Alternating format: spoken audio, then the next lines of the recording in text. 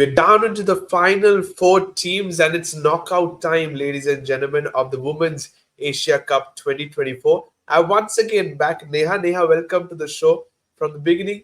Now back into the business end of the tournament, when it all matters, the knockout stages, semi-final. We speak about semi-final one. Team India just cruised into the semi-finals, 3 out of 3. Bangladesh, on the other hand, is the opponents. If it was a men's, my introduction would have been different. But as it's the women's, talk us through about this one.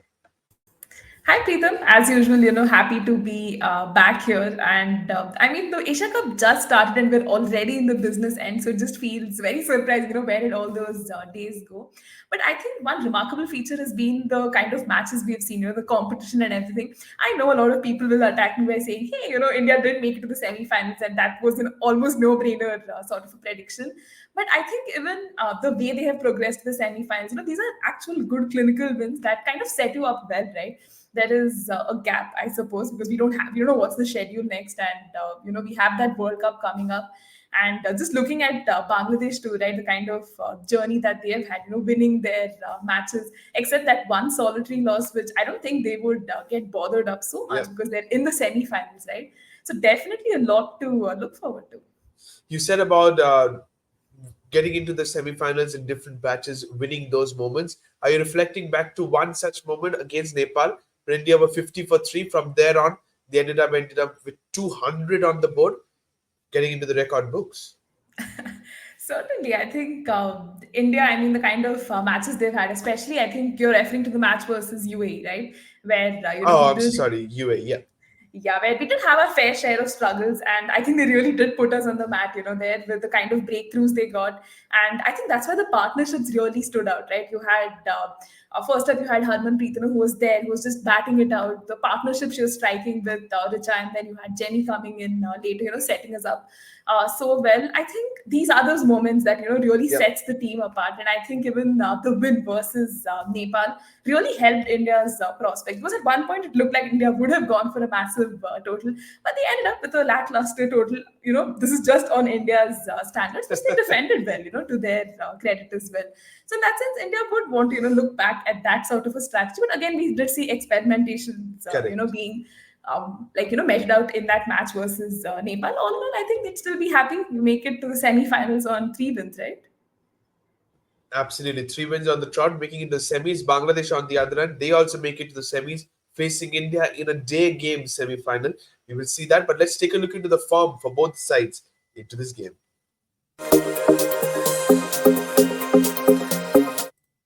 Form for India has to be all greens, to be honest. 3 wins on the trot, as we all discussed. For Bangladesh, you said about the solitary loss against Sri Lanka. They shouldn't be that bothered about, but losing to the host, but then recovering from two big wins on the trot, I think they will have the confidence amongst themselves before we face the heavyweights, Team India.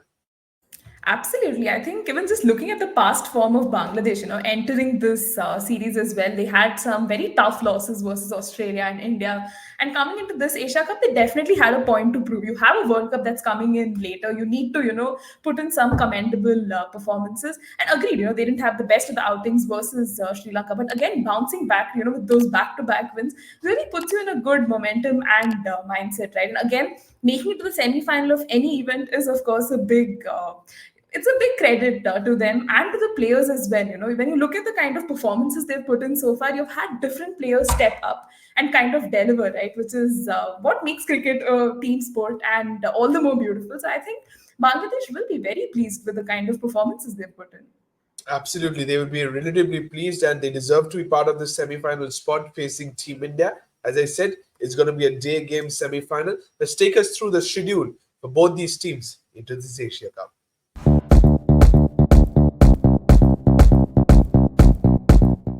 Ahead of the semi-final, India defeated Pakistan comprehensively. Then they defeated UAE. Then they defeated Nepal. Three comprehensive victories. But if I had to ask you to choose one, which one was it? You're putting me on the spot here, Preetham, but honestly, I think the win versus Pakistan had to be really special because I'm pretty sure you must have seen the hype everywhere heading into this game, like, the ultimate rivalry and this, that.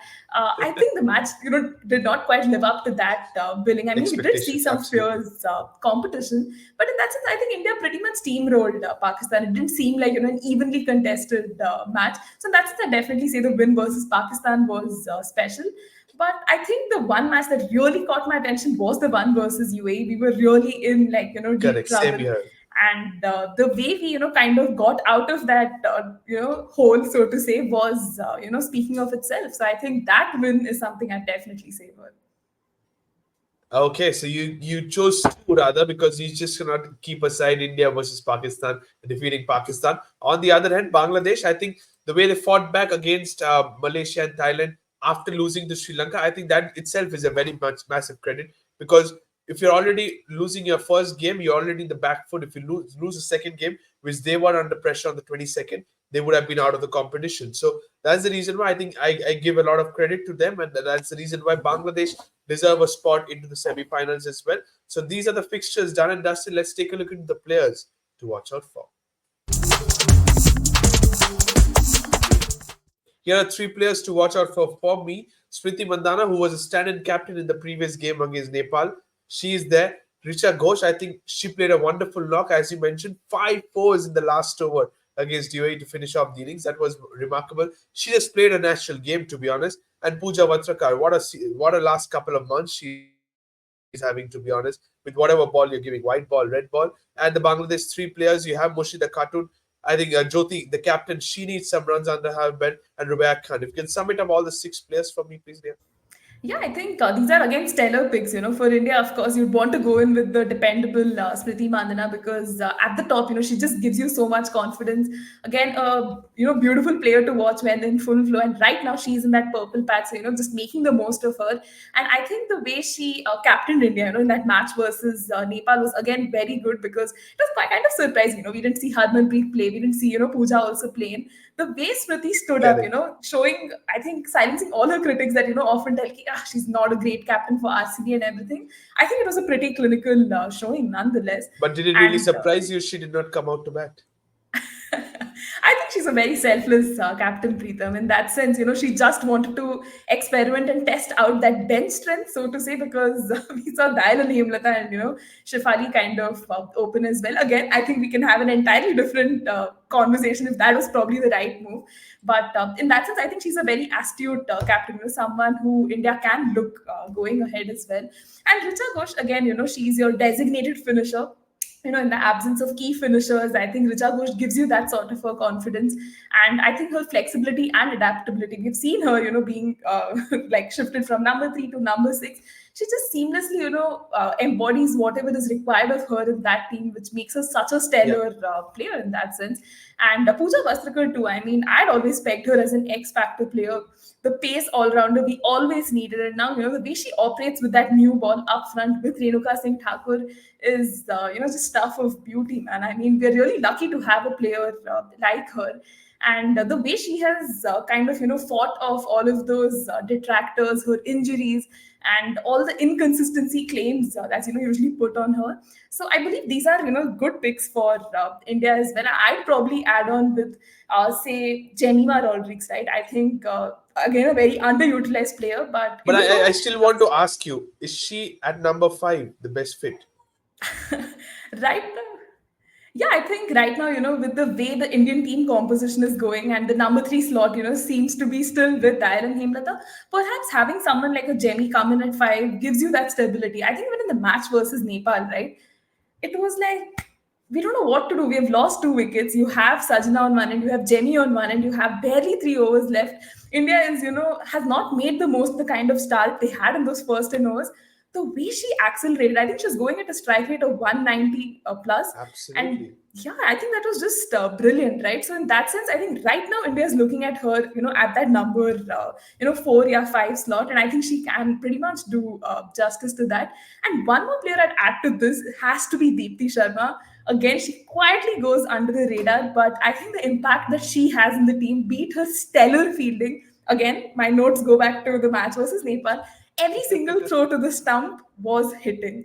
I just cannot believe that, we are blessed with such a good, electric fielder. I might be fangirling here, but it's just impossible to have Correct. that kind of Absolutely. consistency, right? And even the wickets she gets, she's just so economical, such a brilliant reader of the game, right? So I think she would definitely, again, make that list. So you are saying that I should have had five players to watch out for instead of three? Absolutely, yes, yes.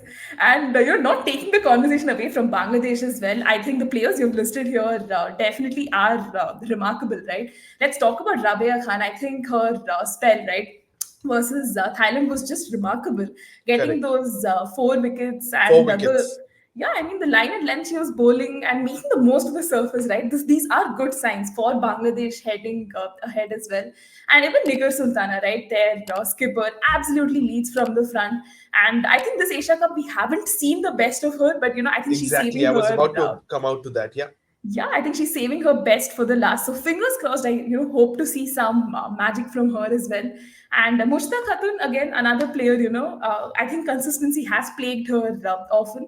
But whatever little we have seen of her, she takes her time to settle in. Correct. Grinds it out, but gives you that stability. In the batting as well. So She in scored that a sense, half yeah. century in that game as well, but unfortunately, that was less than 100 strike rate, which I think is a little bit not Yeah. impressive in the T20 format. Definitely. I think that would be one area, she would definitely want to look into. And I think even in our Bangladesh preview, we did kind of, reflect Correct. on this aspect as well. But I think, it's about reading the match situation as well. They weren't chasing a lot. So, you needed that one batter who could just bat it out and get you across the line. And I think even the likes of Ritu Moni, right? Like she, again, for me, is one player who always stands up and delivers. So I think even she would be one of my key players to watch out for. And this is versus the Indian side, right? Yep. So definitely a lot of interesting matchups and a lot to look forward to. Okay, so that sums up the players to watch out for. I basically had three players to watch out for, which at the end was made into five for India, four for Bangladesh by Neha. Thank you so much for that. Let's take a look into the predictive playing 11.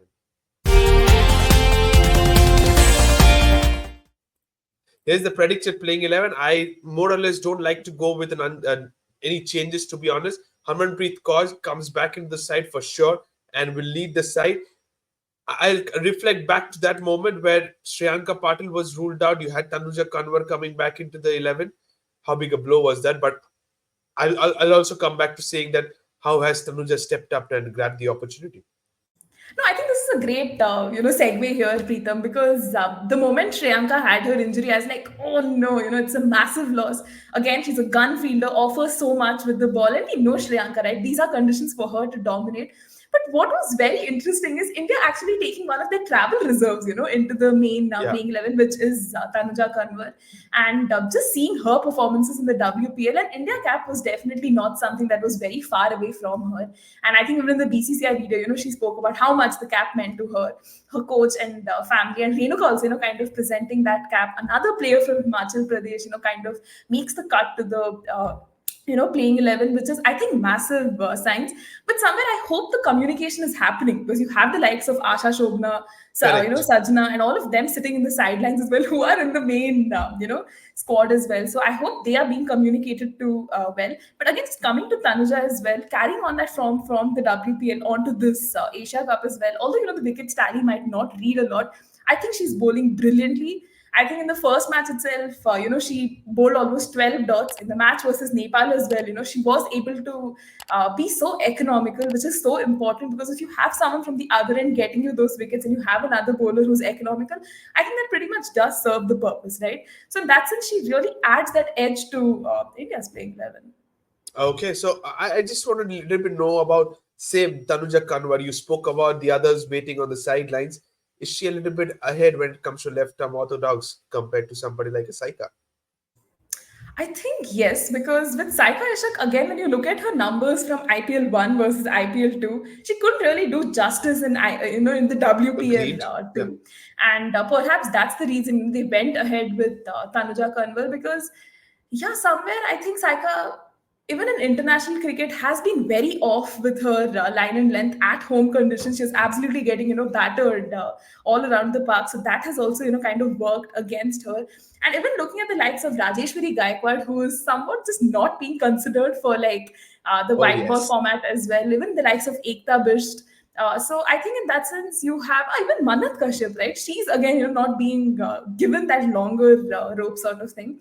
So I think that's why Tanja Kanwar really makes a case for herself, and yeah, can pretty much I think solidify her position if she continues with her Oh, good showings. absolutely. If she continues, she can keep her spot as well, says Neha, alongside Radha Yadav, who is also another left arm orthodox spinner. So that sums it up. Unchanged 11 for Bangladesh, unchanged 11 for Team India for both of us. Let's put Neha in the hot seat in the predictions time now. The pressure is on you now, Neha. Semi final one, day game, India versus Bangladesh. What's your prediction?